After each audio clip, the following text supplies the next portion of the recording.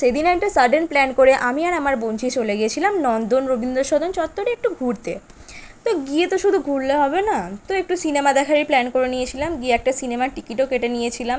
প্রথমে যেহেতু আগে পৌঁছে গেছিলাম একটু ঘুরছিলাম বাইরেটায়, ঘুরে তারপরে এই বোরিং সিনেমাটা জাস্ট দেখতে খুব বিরক্ত লাগছিল, যা হোক করে সিনেমা দেখা শেষ করে তারপর আমরা একটু বাইরেটা ঘুরছিলাম। এই বাইরেটা বেশ সুন্দর লাগে, প্রায় যতক্ষণ বসে থাকতে বলবে আরামসে বসে থাকা যাবে, একটা বেশ শান্তির জায়গা, সুন্দর শান্তশিষ্ট একটা সুন্দর জায়গা। তারপরে নিয়ে নিয়েছিলাম চা। চা খেয়ে আমি পেয়ে গেছিলাম আমার বার্থডে গিফট। এটা ছিল একটা হ্যান্ডমেড ডায়েরি, হ্যান্ডমেড পেপার দিয়ে তৈরি। ব্যাপারটা খুব ইউনিক ছিল আমার জন্য। তো আমি ঠিক করেছি এটাতে কিছু ছোট ছোট কোটস লিখবো বাংলা, সেটা আমি দেখেছি অনেকজনকে ইনস্টাতে পোস্ট করতে, আমার বেশ ভালোই লাগে ওইগুলো। তো আমি ঠিক করেছিলাম এটাতে সেরকম লিখবো।